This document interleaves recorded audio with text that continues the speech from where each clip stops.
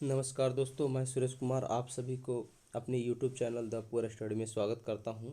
आज मैं आपके लिए पुनः बिहार पुलिस एग्ज़ाम 2021 के लिए सामान्य ज्ञान मॉडल सेट 2 लेकर आया हूं, जो आपकी परीक्षा 14 मार्च और 21 मार्च को होने वाला है। उसके लिए बहुत ही महत्वपूर्ण है।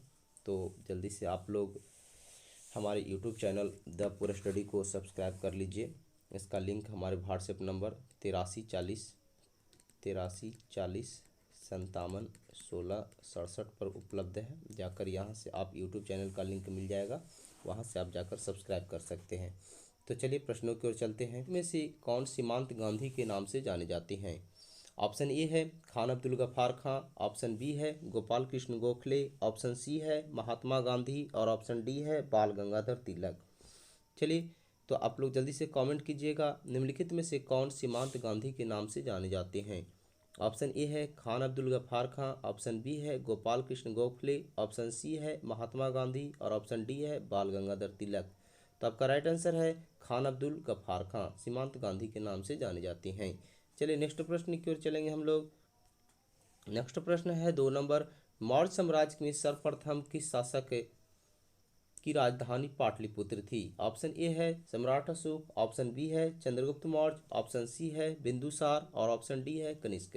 तो आपका राइट आंसर है चंद्रगुप्त मौर्य। मौर्य साम्राज्य में सर्वप्रथम चंद्रगुप्त मौर्य की राजधानी पाटलिपुत्र थी। इसी का पुत्र बिंदुसार है और बिंदुसार का पुत्र सम्राट अशोक है और सम्राट अशोक का पुत्र महेंद्र था, जिसे बौद्ध धर्म के प्रचार प्रसार के लिए श्रीलंका भेजा गया था। हमेशा ध्यान रखेंगे, सम्राट जो अशोक थे वह बौद्ध धर्म को मानते थे। चलिए नेक्स्ट प्रश्न की ओर चलेंगे। प्रश्न संख्या 3 है, मानवाधिकार दिवस कब मनाया जाता है? तो मानवाधिकार दिवस 10 दिसंबर को मनाया जाता है और इसकी शुरुआत 1948 ईस्वी में हुई थी।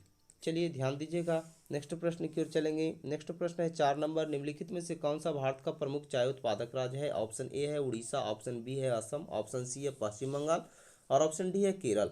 चलिए जल्दी से आप लोग राइट आंसर दीजिएगा। आपका राइट आंसर है असम। चाय उत्पादन भारत में सबसे अधिक चाय उत्पादन असम में होता है। चलिए नेक्स्ट प्रश्न की ओर चलेंगे। नेक्स्ट प्रश्न है 5 नंबर प्रश्न है, माउंट एवरेस्ट पर चढ़ने वाली दूसरी भारतीय महिला कौन है? तो माउंट एवरेस्ट पर चढ़ने वाली दूसरी भारतीय महिला, ऑप्शन ए है संतोष यादव, ऑप्शन बी है बछेंद्री पाल, ऑप्शन सी है जुंको तिबई और ऑप्शन डी इनमें से कोई नहीं। तो माउंट एवरेस्ट पर चढ़ने वाली दूसरी भारतीय महिला इनमें से कोई नहीं है। प्रथम भारतीय महिला है जो बछेंद्री पाल है, पहली महिला है जो बछेंद्री पाल है और 2 बार चढ़ने वाली महिला संतोष यादव। 2 बार माउंट एवरेस्ट पर चढ़ने वाली महिला संतोष यादव है और माउंट एवरेस्ट पर दूसरी बार चढ़ने वाली भारतीय महिला है वो है अंशु जामसिम्पा। अंशु जामसिम्पा भारत की हैं। अंशु जामसिम्पा जो दूसरी बार 2018 ईस्वी में माउंट एवरेस्ट पर चढ़ी थी। चलिए नेक्स्ट प्रश्न की ओर चलेंगे हम लोग। नेक्स्ट प्रश्न है 6 नंबर। भारतीय राष्ट्रीय कांग्रेस की प्रथम महिला अध्यक्ष कौन है थी? भारतीय राष्ट्रीय कांग्रेस की प्रथम महिला अध्यक्ष कौन थी? ऑप्शन ए है सरोजिनी नायडू, ऑप्शन बी है सुचिता कृपलानी, ऑप्शन सी है एनी बेसेंट, ऑप्शन डी है विजया लक्ष्मी पंडित। तो आपका राइट आंसर है भारतीय राष्ट्रीय कांग्रेस की प्रथम महिला अध्यक्ष एनी बेसेंट थी। और अगर प्रश्न आता है कि भारतीय राष्ट्रीय कांग्रेस की प्रथम भारतीय महिला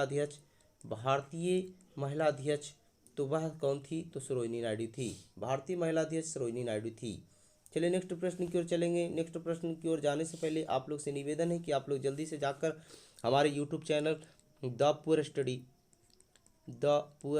स्टडी को सब्सक्राइब कर लीजिए, क्योंकि यहाँ पर मैं आप लोग के लिए 10th क्लास 12th क्लास और जनरल कंपटीशन क्लास के लिए वीडियो लाते रहता हूँ, जीके जीएस और मैथ का।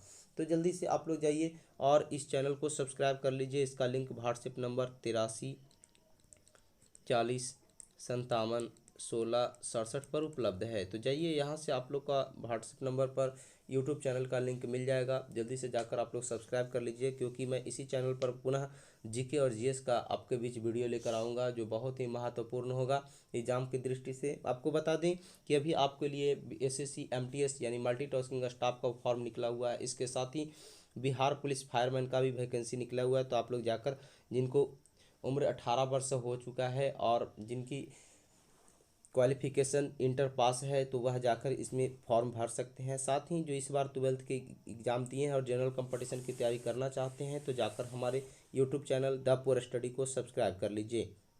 चलिए नेक्स्ट प्रश्न की ओर चलेंगे हम लोग। जिम कॉर्बेट पार्क कहाँ स्थित है? ऑप्शन ए है उत्तर प्रदेश, ऑप्शन बी है मध्य प्रदेश, ऑप्शन सी है उत्तरांचल, ऑप्शन डी है छत्तीसगढ़।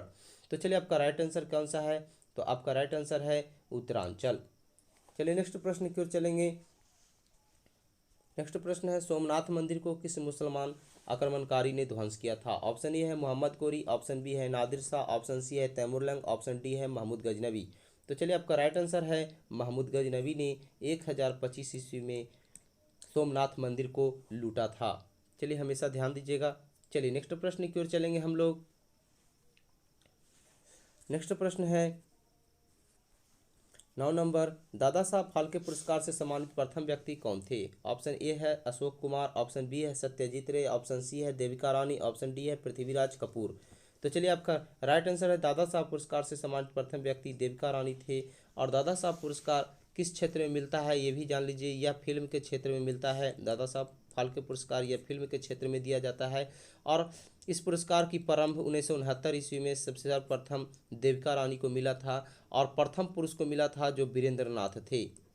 याद रखेंगे कि प्रथम पुरुष थे जिन्हें वीरेंद्र नाथ को भी दादा साहब फाल्के पुरस्कार मिला था, लेकिन प्रथम बार जो दादा साहब फाल्के पुरस्कार मिला था वो देविका रानी को मिला था। कितना ईस्वी में? 1969 ईस्वी में इसे शुरुआत किया गया था और यह फिल्म के क्षेत्र में दिया जाता है। चलिए नेक्स्ट प्रश्न की ओर चलेंगे। नेक्स्ट प्रश्न है 10 नंबर, यूएनओ की स्थापना कब हुई थी? यूएनओ की स्थापना यानी संयुक्त राष्ट्र संघ की स्थापना ऑप्शन ए है 1945 ईस्वी, ऑप्शन बी है 1948 ईस्वी, ऑप्शन सी है 1950 ईस्वी, ऑप्शन डी है 1952 ईस्वी।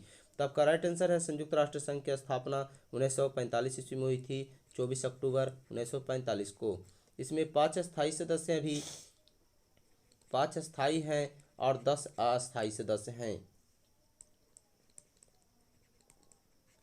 चलिए नेक्स्ट प्रश्न की ओर चलेंगे हम लोग। नेक्स्ट प्रश्न है भारत में किस वस्तु का सबसे ज़्यादा निर्यात करता है? ऑप्शन ए है कॉफ़ी, ऑप्शन बी है मैग्नीज, ऑप्शन सी है सूती कपड़े, ऑप्शन डी है अब्रिक। तो आपका राइट आंसर है सूती कपड़े। नेक्स्ट प्रश्न की ओर चलेंगे। नेक्स्ट प्रश्न है 12 नंबर, चना किस फसल के अंतर्गत आता है? ऑप्शन ए है दलहन, ऑप्शन बी है तिलहन, ऑप्शन सी है खरीफ फसल, ऑप्शन डी है रेशेदार फसल।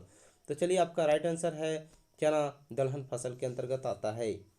चलिए नेक्स्ट प्रश्न की ओर चलेंगे। प्रश्न संख्या 13 है भारत में सबसे लंबा रेल मार्ग कौन सा है? ऑप्शन ए है पूर्वोत्तर रेलवे, ऑप्शन बी है दक्षिण मध्य रेलवे, ऑप्शन सी है उत्तर रेलवे, ऑप्शन डी है पूर्व रेलवे। तो चलिए जल्दी से आप लोग बताइए। तो भारत का सबसे लंबा रेल मार्ग उत्तर रेलवे का है। और अगर पूछेगा कि सबसे लंबी दूरी तय करने वाला ट्रेन, सबसे लंबी दूरी तय करने वाला ट्रेन, तो यह है विवेक एक्सप्रेस। हमेशा याद रखिएगा यह विवेक एक्सप्रेस है जो असम के डिब्रूगढ़ से कन्याकुमारी तक यह दूरी तय करवाती है। डिब्रूगढ़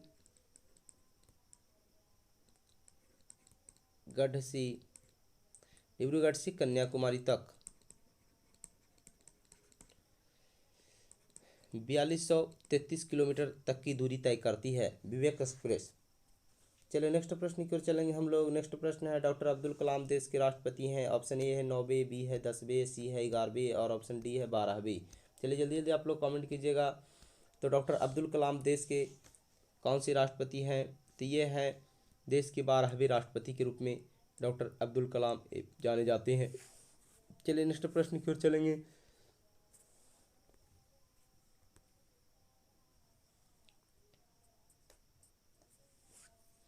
भारत में रबड़ का उत्पादन किस राज्य में सर्वाधिक होता है? ऑप्शन ए है बिहार, ऑप्शन बी है हरियाणा, ऑप्शन सी है पंजाब, ऑप्शन डी है केरल। तो रबड़ का उत्पादन सबसे अधिक भारत में केरल राज्य में होता है। चलिए नेक्स्ट प्रश्न की ओर चलेंगे। नेक्स्ट प्रश्न है भाखड़ा नांगल बांध परियोजना किस राज्य में स्थित है? ऑप्शन ए है बिहार, ऑप्शन बी है कर्नाटक, ऑप्शन सी है पंजाब, ऑप्शन डी है हरियाणा। चलिए जल्दी से आप लोग कमेंट कीजिएगा। भाखड़ा नांगल बांध परियोजना किस राज्य में स्थित है? तो यह पंजाब में स्थित है। और पंजाब के किस जिले में? पंजाब में स्थित है। इसकी शुरुआत 1948 ईस्वी में हुई थी और इसे पूरा किया गया था 1968 ईस्वी में। याद रखेंगे कि पूरा किया गया था 1968 ईस्वी में और प्रारंभ किया गया था 1948 ईस्वी में। चलिए नेक्स्ट प्रश्न की ओर चलेंगे। महान पुरुष बिरसा मुंडा किस राज्य से संबंधित है? ऑप्शन ए है झारखंड, बी बिहार, सी उत्तर प्रदेश, डी महाराष्ट्र। चलिए जल्दी से कमेंट कीजिएगा। तो बिरसा मुंडा झारखंड राज्य के निवासी थे। चलिए, और महान पुरुष थे। चलिए नेक्स्ट प्रश्न की ओर चलेंगे। 18 नंबर प्रश्न है, भारतीय सेना के सर्वोच्च कमांडर कौन है? चलिए, ऑप्शन ए है उप प्रधानमंत्री, बी है रक्षा मंत्री, सी प्रधानमंत्री, डी राष्ट्रपति।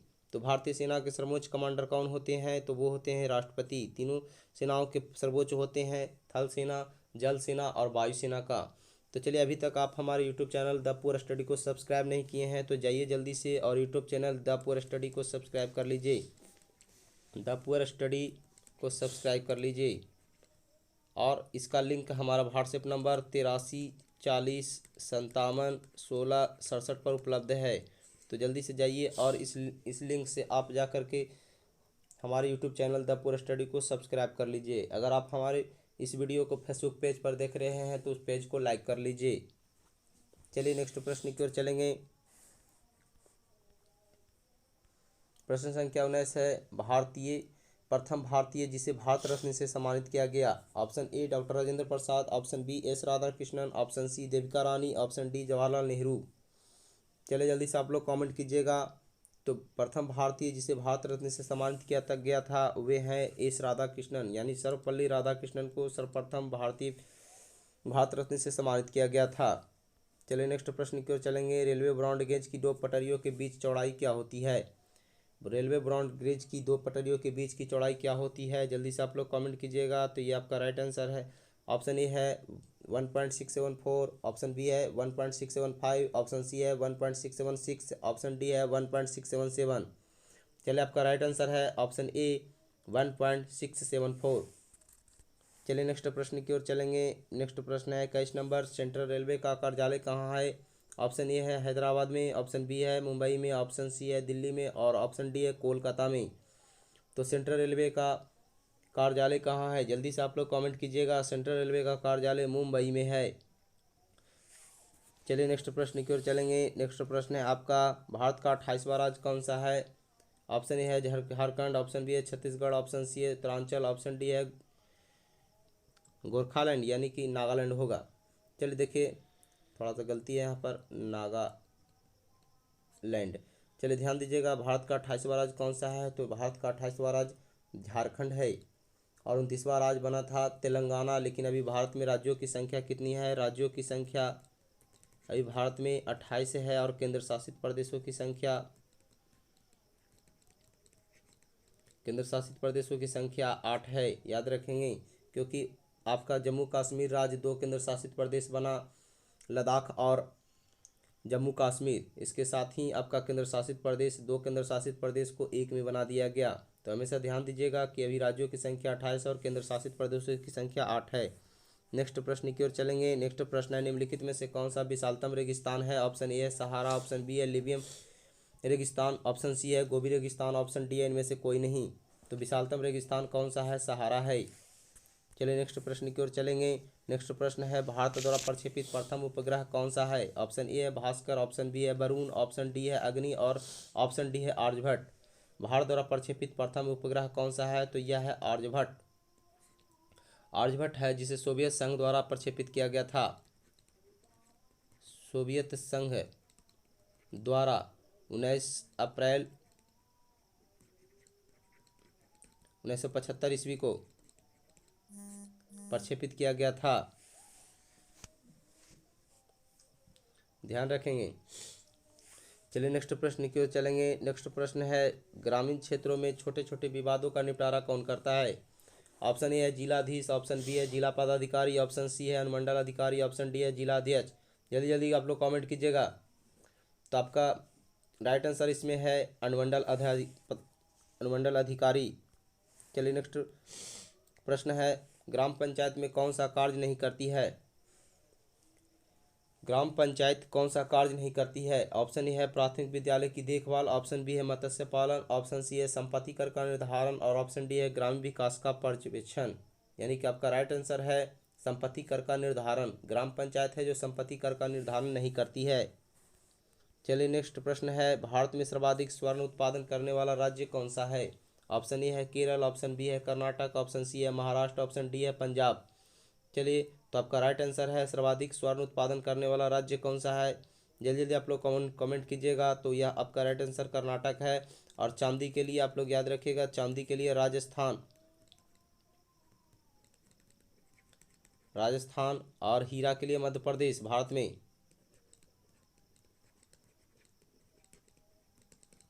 ध्यान रखिएगा।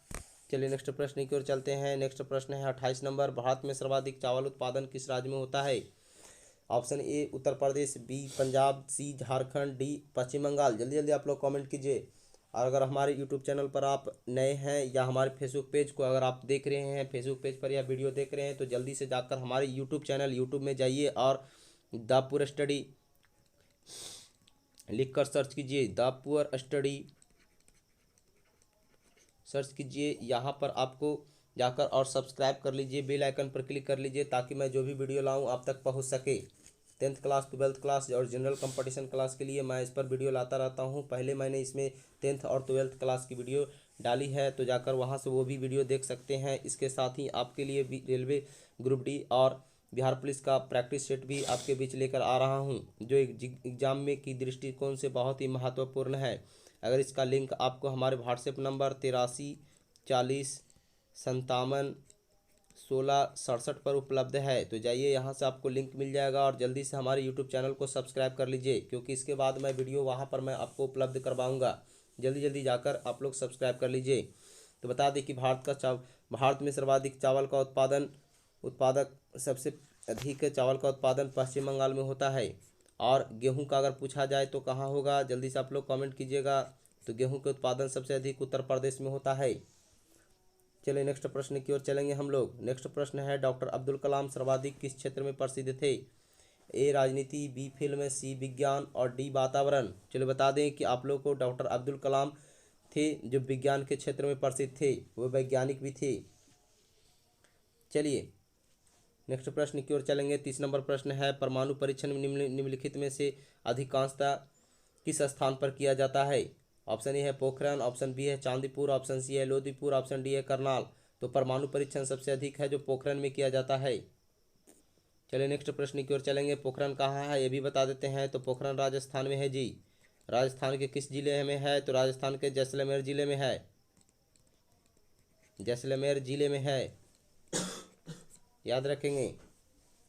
चलिए नेक्स्ट प्रश्न की ओर चलेंगे। नेक्स्ट प्रश्न है आपका 31 नंबर। गीत गोविंद के रचयिता कौन है। गीत गोविंद के रचयिता कौन है। Option A Buddhadev, B Jaidev, C Bhattacharya, D Bhatnagar.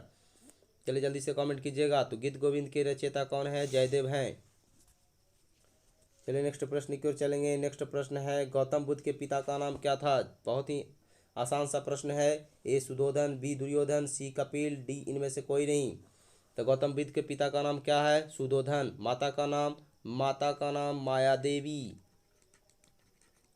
और पुत्र का नाम राहुल था। याद रखिएगा। इनका जन्म कब हुआ था। इनका जन्म 563 ईसा पूर्व में हुआ था। कहाँ हुआ था, तो लुम्बिनी में हुआ था जी। याद रखिएगा, लुम्बिनी। मृत्यु कब हुई थी, 483 ईसा पूर्व में। 483 ईसा पूर्व में कुशीनारा में जो उत्तर प्रदेश में पड़ता है। याद रखेंगे। और लुम्बिनी कहाँ पड़ता है जी, नेपाल में पड़ता है। याद रखिएगा। तो गौतम बुद्ध के पिता का नाम सुधोधन, माता का नाम माया देवी, जन्म 563 ईस्वी कहाँ, लुम्बिनी, और मृत्यु 483 ईसा पूर्व में कुशीनगर उत्तर प्रदेश में हुआ था। चलिए नेक्स्ट प्रश्न की ओर चलेंगे। नेक्स्ट प्रश्न है, राष्ट्रीय युवा दिवस कब मनाया जाता है। ऑप्शन ए है 12 जनवरी, बी 5 जनवरी, सी 14 नवंबर, डी 31 अक्टूबर। तो राइट आंसर है राष्ट्रीय युवा दिवस है जो 12 जनवरी को मनाया जाता है। चलिए नेक्स्ट प्रश्न की ओर चलेंगे। ब्रिटिश द्वारा भारत में सर्वप्रथम बंदरगाह कहाँ स्थापित किया गया। ऑप्शन ए है बम्बई, ऑप्शन बी है सूरत, ऑप्शन सी है कलकत्ता, ऑप्शन डी है विशाखापत्तनम।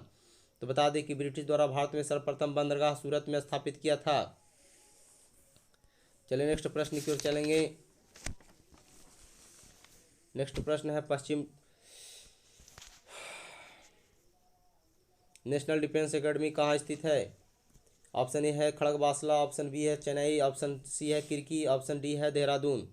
चलिए बता दें नेशनल डिफेंस एकेडमी कहाँ स्थित है, तो खड़गवासला में स्थित है। चलिए नेक्स्ट प्रश्न की ओर चलेंगे। नेक्स्ट प्रश्न आप लोग का 36 नंबर है। निम्नलिखित में से किसे विश्व का अपरिवर्तनीय शहर कहते हैं? ऑप्शन ए है Rome, B Cairo, option C Berlin, option D Athens. तो विश्व का अपरिवर्तनीय शहर के रूप में रोम जाना जाता है।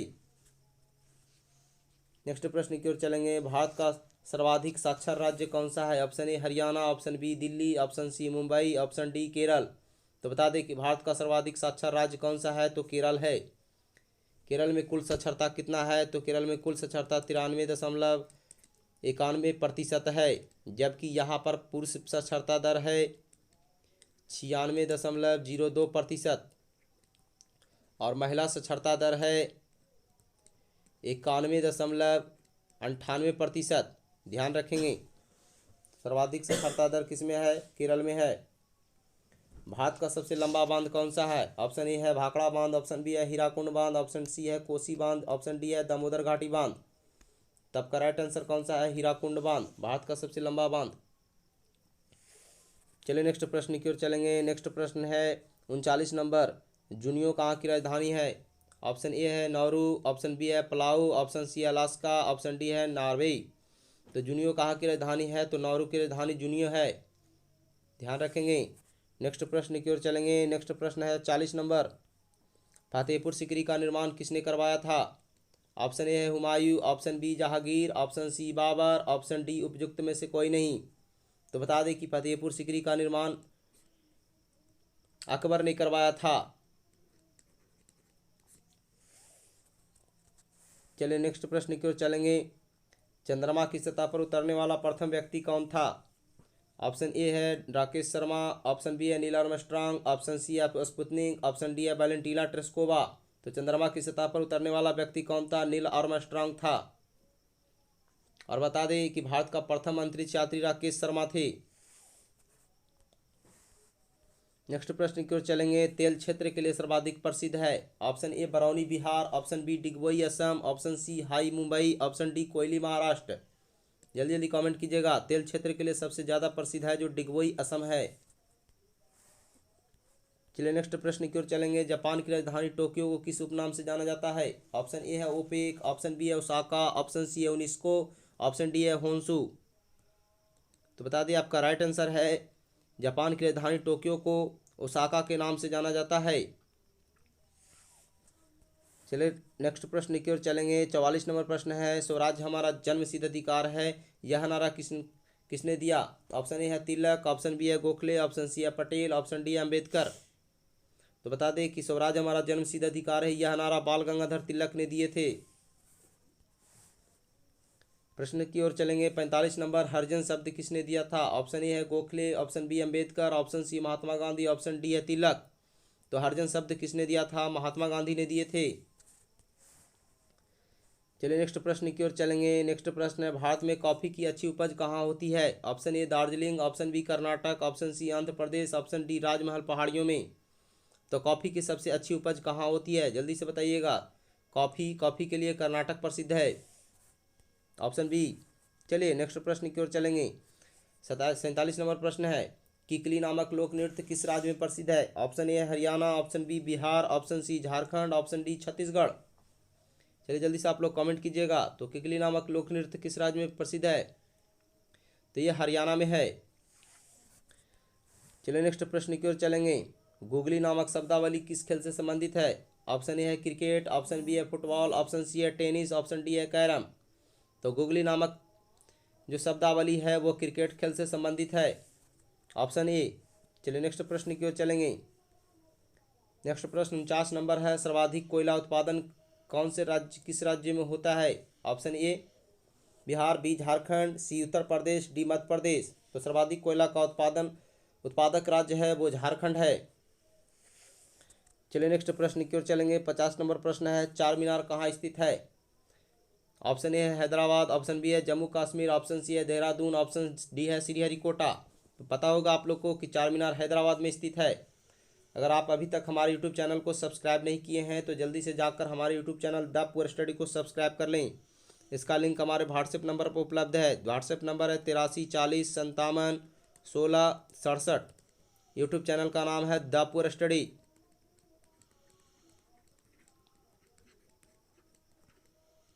जल्दी से जाकर यूट्यूब में सर्च कीजिएगा द पुअर स्टडी, तो वहाँ से आपको जाकर हमारे चैनल को सब्सक्राइब कर सकते हैं, या हमारे व्हाट्सएप नंबर से आपको लिंक मिल जाएगा। कुछ भी लिखिएगा व्हाट्सएप नंबर पर तो लिंक मिल जाएगा, तो जल्दी से जाकर आप लोग सब्सक्राइब कर लीजिए। चलिए नेक्स्ट प्रश्न की ओर चलेंगे हम लोग। नेक्स्ट प्रश्न है, भारत में दूसरी बार मेट्रो रेल किस शहर में चलाई गई?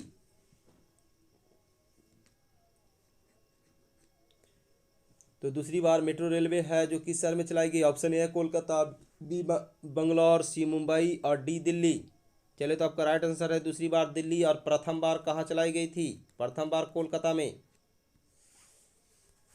चलिए नेक्स्ट प्रश्न की ओर चलेंगे। नेक्स्ट प्रश्न है 52 नंबर, दिल्ली में किस पार्टी की सरकार है? ऑप्शन ए Bharatiya Janata party, option B Rashtriya Janata Dal, option C Congress, option D Bharatiya Samajwadi party. इसमें ऑप्शन नहीं है, ऑप्शन गलत है। इसका राइट आंसर आपको है आम आदमी पार्टी। आम आदमी पार्टी की सरकार है दिल्ली में, जिसका चुनाव चिन्ह है झाड़ू छाप। चलिए नेक्स्ट प्रश्न की ओर चलेंगे। स्वर्ण मंदिर भारत के किस शहर में अवस्थित है? ऑप्शन ए है चंडीगढ़, ऑप्शन बी है मुंबई, ऑप्शन सी है दिल्ली, ऑप्शन डी है अमृतसर। तो राइट आंसर आपका डी है अमृतसर। स्वर्ण मंदिर भारत के अमृतसर में स्थित है। राउरकेला किस खनिज के लिए प्रसिद्ध है? ऑप्शन ए है manganese, option B bauxite, option C chandi, option D लौह। तो राउरकेला किस खनिज के लिए प्रसिद्ध है? जल्दी जल्दी बताइएगा। राउरकेला लौह के लिए प्रसिद्ध है। चलिए नेक्स्ट प्रश्न की ओर चलेंगे। लूनी नदी किस राज्य में बहती है? ऑप्शन ए है केरल में, option B Paschim Bengal, option C Bihar, option D Rajasthan. चलिए जल्दी से। तो लूनी नदी राजस्थान में बहती है। और राजस्थान के किस जिले में? तो अजमेर जिले, अजमेर जिले से यह निकलती है।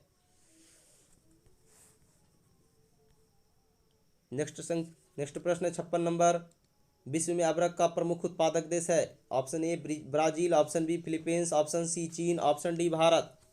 तो विश्व में अदरक का उत्पादक देश कौन सा है? तो विश्व में अदरक का उत्पादक देश है भारत। चलिए नेक्स्ट प्रश्न की ओर चलेंगे। नेक्स्ट प्रश्न है 57 नंबर, सांता क्रूज हवाई अड्डा कहाँ स्थित है? ऑप्शन ए है मुंबई में, ऑप्शन बी है हैदराबाद, ऑप्शन सी है चंडीगढ़, ऑप्शन डी है मध्य प्रदेश। तो सांता क्रूज हवाई अड्डा कहाँ स्थित है? तो यह मुंबई में स्थित है। चलिए नेक्स्ट प्रश्न की ओर चलेंगे। अगर आप 10th क्लास, 12th क्लास और जनरल कंपटीशन क्लास में किसी भी विषय की तैयारी करना चाहते हैं तो हमारे YouTube channel the poor study को जल्दी से सब्सक्राइब कर लीजिए।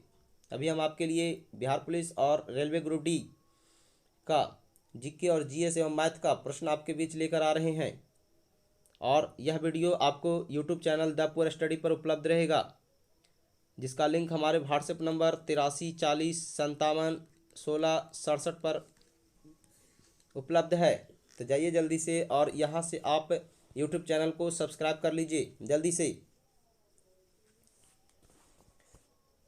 भारत की प्रथम पूर्णतः रंगीन फिल्म कौन सी थी? Option A Raja Harishchandra, option B Alam Ara, option C Jhansi Ki Rani, option D है आन। तो भारत की प्रथम पूर्णतः रंगीन फिल्म कौन सी थी? तो यह आपका राइट आंसर है झांसी की रानी। का राइट आंसर है झांसी की रानी। और बता दें कि प्रथम बोलती फिल्म कौन सी थी? तो वह आलम आरा थी। बोलती फिल्म आलम आरा। आलम आरा 1931 ईस्वी में बना था। उन्नीस सौ 31 में।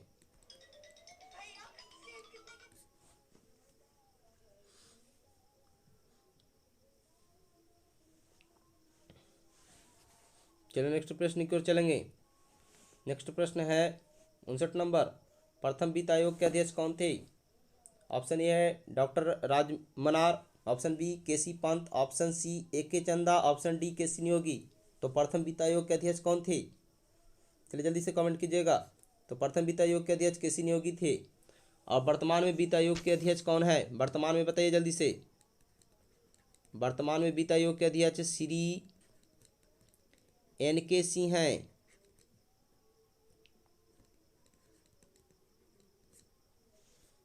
चलिए नेक्स्ट प्रश्न की ओर चलेंगे।